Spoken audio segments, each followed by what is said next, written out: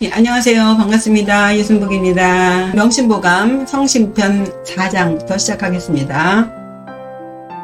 한 문장씩 보시죠. 왕양왈. 먼저 왕양을 좀 보셔야겠죠. 진나라의 제상인 그 조간자라는 사람이 있었습니다. 근데 이 조간자의 그 수레를 몰던 그 말머리꾼이 있었는데 이 사람이 왕양이에요. 사냥 나간다 하면은요. 이 수레를 모는 머리꾼들도 있지만 사냥꾼들이요. 미리 노루가 됐든 토끼가 됐든 이런 것을요 잡아놨다가 이 왕이 사냥 나오면요. 그것들을 풀어놓습니다. 그래가지고 그것들이 있는 곳으로 이제 왕을 안내를 하는 식으로 가서 왕이 잘 잡을 수 있게 그렇게 하고요. 이 왕뿐만이 아니라 이 왕비들도 사냥을 나갑니다. 여자들이 뭐 그렇게 이 화살을 잘 쏘겠습니까? 그게 적재적소에다가 이렇게 딱 놔야 되고, 또 왕비가 이제 화살을 뭐 엉뚱한 데다 쏘지요? 저쪽에서 팍 쏴줘가지고 마치도 이 왕비가 쏴서 맞은 것처럼 쇼가 많습니다. 그래서 이 왕양은 그런 식의 잔머리를 쓰는 사람은 아니고요. 왕의 사냥은요, 단순히 놀이문화를 넘어서 이 자체가 군사훈련이라고 합니다. 그러니까 그것을 아주 성공리에 잘 끝내려면은요, 머리가 좋은 이 사냥꾼이 리드를 해야 되겠죠. 이 왕양이 그런 걸 아주 잘했다는 거예요. 굉장히 충성스럽고 지혜가 뛰어나고 지략도 좋고 이랬던가 봐요. 그래서 조간자가 좋게 봤죠. 천한 신분의 말머리꾼을 대사도 호조판사예요. 이렇게까지 올려놓습니다. 그래서 임자를 잘 만나야 돼요. 천리마도 그렇잖아요. 그 한번 탁 뛰면 그냥 천리를 떼야 되는 말을 갖다가 겨우 100m도 못 뛰는 그 말들 속에 있으면요. 잘못됐다간 왕따 당하잖아요. 왕따 당해서 그 소인배들이 잡아 끌면은요. 아무리 재주가 있어도 꼼짝 못하죠. 우리나라 같은 경우는 굉장히 나라가 작기 때문에 이 큰 인물이 활동하기에 부족합니다. 소인들이 다 끌어내리지 않습니까? 이런 작은 땅에 살면서 이렇게 사는 건 정말 대단한 국민들이에요. 중국을 자대했다고 비난들을 하는데 이 약한 나라에서 지금까지 살아남은 거 보면 정말 지혜로운 국민입니다. 어쨌든 이 왕양이 조간자의 눈에 띄어서 대사도까지 올라간 그런 입지전적인 인물입니다. 이 왕양이 뭐라고 했는지 들어보시죠. 욕지기군 선시기신. 벌써 이 충성스러운 사람의 말이에요. 욕지기군이에요. 욕, 발할 욕이죠. 지, 알리자. 욕지. 알고 싶어. 누구를? 기군. 자기의 임금을 알고 싶어. 도대체 저 왕은 어떤 왕인가? 알아야 충성을 하든 배신을 하든 하지 않습니까? 나랑 뜻이 같으면 충성하는 거고 나랑 뜻이 다르면 얼른 칭병, 병을 칭해서 나와야 돼요. 괜히 거기서 어줍잖게 왔다 갔다 하다가 영모죄 걸려서 죽거나 자천당하거나 유배당하거나 더 얼른 알아야 돼. 내가 모시는 상사가 어떤 사람인지 딱 알아서 나랑 코드가 맞아 하면은 정말 바짝 엎드려서 충성을 바쳐서 자기가 하고자 하는 일을 왕을 통해서 일으키는 거고요. 왕도 나라를 잘 다스리고 싶고 신하도 잘 다스리고 싶어요. 방법이 많지 않습니까? 의견이 어긋나는 일이 많죠. 그러나 근본적인 뜻, 그 뜻이 맞느냐 안 맞느냐, 그게 중요하죠. 그러니까 자기 임금을 알아야 돼요. 저 임금이 어떤 사람인가. 괜히 죽도록 충성 바쳤다가 목숨을 잃는 그런 바보짓은 하지 말아야겠죠. 자기 임금을 알고자 하면 선시기신. 먼저 시 봐야 돼. 이 시자 본다는 뜻은 알아본다는 뜻이죠. 먼저 알아봐야 돼.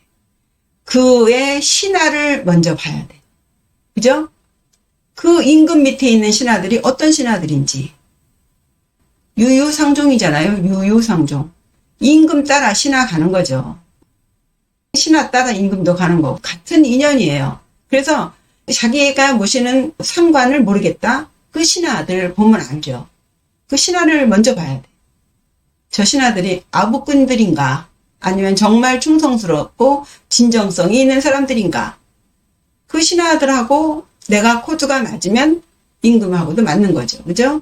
선시기신. 먼저 그 신하를 봐야 된다. 욕지기군 선시기신. 그 임금을 알고 싶으면 먼저 그 임금의 그 신하들을 먼저 봐라. 욕식기인 선시기우. 마찬가지예요. 욕식기인. 식자도 알식자죠? 알지자와 같은 얘기예요. 여기서 욕지. 그죠? 욕식이에요. 그 사람, 어떤 사람, 그 사람을 알고 싶어. 야, 도대체 저 사람 어떤 사람이지? 알고 싶어. 그러려면 어떻게 해야 돼요? 선시, 기우. 먼저 알아봐라. 무엇을? 그 사람의 친구들을. 요 우자 설명드렸죠? 친구 붕, 친구 우. 붕자는 내가 선택해서 만나는 친구가 아니에요. 예, 학교 같은 데 같은 것 같이 공부하게 된 친구가 붕이고, 이 우자는 뜻이 맞아서, 예, 내가 선택한 친구예요. 저 사람 나랑 몇 해 동창이야. 그럼 붕이에요, 붕. 붕을 알아볼 필요가 없어요. 기우를 알아봐야 돼요. 그 사람하고 뜻이 맞아서 돌아다니는 사람. 일요일마다 만나, 토요일마다 만나, 맨날 같이 몰려다녀. 뜻이 맞는 거거든요. 뜻이 맞는 친구. 동창 중에도 있을 수 있겠고, 예, 또 외부 바깥에서 사회생활하면서 만나는 뜻이 맞는 친구가 있겠죠. 예, 그런 우자입니다. 결혼할 때 자기 파트너가 어떤 사람인지 모른다? 그 사람의 주변에 있는 사람들을 봐라. 그 친구들이 바로 그 사람이다. 친구도 여러 종류의 사람이 많으니까요. 예, 이 친구, 저 친구들 모여있는 것을 두루두루 보면 이제 총체적으로 나오는 이미지가 있겠죠. 먼저 뜻이 맞서서 같이 돌아다니는 그 친구를 봐라. 그러면 거의 80% 나온다 이 얘기예요. 욕지, 기부, 선시, 기자. 예, 마찬가지죠. 욕지, 기부. 그 아버지를 알고 싶어. 그의 아버지가 어떤 사람인지. 그럼 선시, 기자. 먼저 그의 자식을 봐라. 뭐가 닮아도 닮았죠. DNA는 같은 것 같아요. 예. 속도 속이지만 겉도 그렇잖아요. 그 옛날에 이상가족 찾기 할 때, 목소리만 듣고도 막 오빠, 아버지하고 막 울잖아요.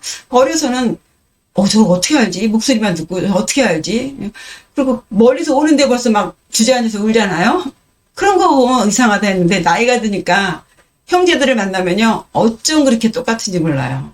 그 얼굴 속에 아버지가 있고 엄마가 있고, 하나의 얼굴 안에 엄마, 아버지, 오빠, 누나, 동생이 다 들어있어요. 이렇듯이 이 사람의 그 마음도 마찬가지죠. 그 자식을 보면 그 아비를 알 수가 있고, 그 아비를 보면 그 자식을 알 수가 있죠. 속일 수가 없더라고요. 그래서 어디 살아도 기똥차게 알아보는 거죠. 욕지기부, 그 아버지를 알고자 하면 먼저 그의 자식을 보라. 분성, 신충, 부자, 자효. 임금은 성스러워야 돼. 그 신하는 충해야 되고, 아버지는 자애로워야 되고, 자식은 효성스러워야 되고. 이게 이제 이 왕양이 주장하고자 하는 말이에요. 전형적인 육아의 기절이죠. 먼저 임금을 알고자 하는 것의 기준이 뭐예요? 성이에요, 성. 요 끝에 결론을 내려주고 있는 거예요. 임금이 얼마나 성스러운 사람인가? 위의 리더는요, 성해야 돼요. 평범하면요, 명이 안 쓰는 거예요, 명이. 평범을 넘어야 돼요, 리더는. 그것을 성으로 본 것입니다. 임금은 성해야 돼. 그리고 신하는 충해야 돼. 요것을 기준으로 해서 지금 요 얘기를 하는 거예요. 그 임금이 얼마나 성스러운 사람인가를 알고 싶으면 그 신하의 무엇을 봐라? 충을 먼저 봐라. 충성을. 그 신하가 얼마나 충성스러우냐에 따라서 그 임금의 성스러움이 정해진다는 거죠.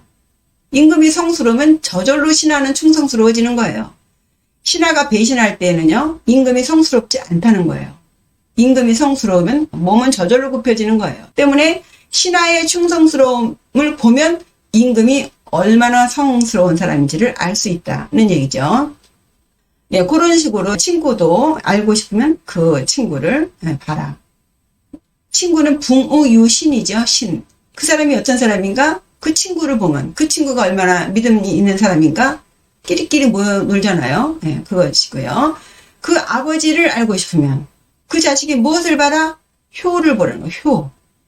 그 자식이 효도를 어느 정도로 하느냐에 따라서 그 아버지가 얼마만한 자애로움을 가지고 있는가를 평가할 수가 있죠. 그렇죠? 아버지가 자애로운데 자식이 효성스럽지 않다? 예, 요즘 이 자애를 잘못하고 있기 때문에 그래요. 요즘 젊은 아빠들 있죠? 다 바보예요. 자식들한테 질질질질 끌려가요. 그게 트렌드이기도 한가 봐요. 글쎄요.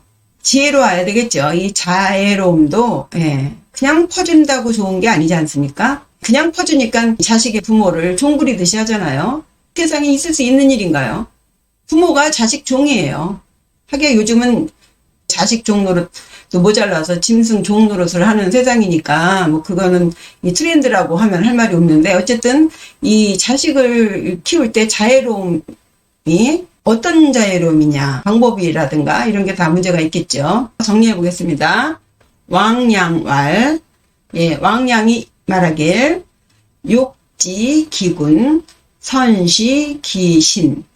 그의 임금을 알고자 하면 먼저 그 신하의 충을 먼저 봐라. 충성을. 욕식 기인 선시 기우. 이 사람이 어떤 사람인가 알고 싶으면 그 친구를 봐라. 욕지 기부 선시 기자. 그 아버지를 알고 싶으면 그 자식의 효를 보라는 거예요. 분성, 신충, 부자, 자효. 임금은 성스러워야 돼. 그 신하는 충해야 되고, 아버지는 자애로워야 되고, 자식은 효성스러워야 되고. 그렇게 해서 성심편 4장 끝났습니다. 성심편 5장 들어가겠습니다. 이 5장부터는 다 문장이 짧습니다. 가어온. 가어부터 보시면요. 이 공자 가어라는 말이 있어요. 공자 학당에 관련된 말, 뭐 이렇게 한자로 하면 그렇습니다. 공자의 언행이나 공자 학당에 들어온 문인들 있죠. 그런 속에서 벌어지는 이야기들을 기록한 책이에요. 그래서 공자 가어라고 많이 합니다. 공자 가어에 이르기를 수지청 즉 무어, 인지찰 즉 무도. 같은 대꾸죠. 수, 물은 어떻고, 인, 사람이 어떻고, 무어, 무도. 대꾸를 아주 충실하게 했습니다. 수지청, 물이 지극히 맑다. 지청, 지극히 맑다. 물이 지극히 맑으면 즉 무어, 물고기가 없다. 그죠? 물이 좀 더러워야 물고기가 먹을 것도 플랑크톤도 많고 뭐 그런다고 합니다. 그리고 인지찰, 사람이 지극히 명찰하다. 지극히 살펴. 너무 까다로워. 결벽증 같이. 그러면 즉 무도, 따를 도자죠. 따르는 무리들이 없다. 너무 까다로워서 이건 이래서 하는데 저건 저래서 하는데, 이러다 보면 사람들이 주의 없다는 얘기죠. 사람이 너무 까다로우면 따르는 무리가 없는 것을, 물이 맑으면 물고기가 없다는 걸로 말을 한 것이에요. 깨끗하다는 것을요, 지라는 말을 넣는 것은요, 좀 무리가 있습니다. 지극히 깨끗할수록 좋은 거거든요. 이 지자는. 지선, 지청 이런 건 다 우리 보통 사람들은 갈 수 없는 그런 경지죠. 그리고 물이 지극히 맑으면 물고기가 없다. 그렇잖아요. 물이 맑으면 맑은 대로 또 그런 물고기들이 모여 살죠. 바닷속 있죠. 해저 몇천 미터 이렇게 내려가면요, 정말 이 물고기가 하얗습니다. 물이 너무나 깨끗해서 진짜 이 뱃속이 다 보일 정도로 하얘요. 그런 물고기가 있더라고요. 그래서 여기서 물이 지청하면 물고기가 없어, 이런 말은 그냥 보통의 사람들이 인간 세상에서 이 사회생활을 하는 사람들이 하는 얘기입니다. 사람이 지극히 살피면 즉 따르는 무리가 없다? 이것도 아니죠. 다 인연 따라가는 것이죠. 지극히 육아적인 말이죠. 어쨌든 이 사회생활함에 있어서 이렇게 지극히 살피는 사람들은 사실 항상 왕따 당하거나 혼자 외롭죠. 그래도 좋다 하는 사람들 있잖아요. 다음 들어가겠습니다. 허경종왈. 허경종부터 보시면요, 수나라 수양제 때 수제, 아주 뛰어난 제주, 글재주로 천거 벼슬이 된 사람이에요. 당초에 진왕보의 18학사라고 했으니까요, 이 당나라 때 신분제가 확실했잖아요. 그 엄격한 신분제가 우리 신라에 와서 골품제도가 된 거거든요. 근데 사실 세계적으로 당나라의 신분제처럼 그렇게 허술한 건 없다고 합니다. 그 당시는 전 세계적으로 양반과 쌍놈이 딱 이렇게 갈라져 있는 세상이에요. 귀족과 평민이. 그런 세상에서 벼슬을 하는 방법은요, 뛰어나게 글재주가 좋거나, 과거 시험에 합격하거나, 도사이거나, 혹은 그 도사의 추천서를 받은 사람, 이 사람만이 벼슬을 할 수 있었어요. 그러나 글재주가 좋아도 검문세가의 집안이 아니면은 말단 관리를 넘어서지 못합니다. 근데 이 수양제 때 이 허경종이라는 분은 아주 수재로 머리도 좋고 굉장히 육아스러운 사람이에요. 당나라 때에 이백 같은 사람도 대시인 아닙니까? 예, 그러나 그 성품 자체가 육아적인 관리할 수 있는 사람이 아니기 때문에 예, 결국 그냥 시인으로 끝나게 되죠. 이 허경종이라는 사람은 측천모를 도와서 저수량 같은 사람을 축출하고 장손무기, 상관회 등을 죽였다고 하는데 이 저수량이라는 사람은 아주 대단한 사회가입니다. 장손무기도 이런 사람 만만한 사람들이 아닌데 예, 이런 사람들을 다 치고 올라가는 사람이죠. 예, 문장 보시면요. 춘우 여고 행인 오기인형.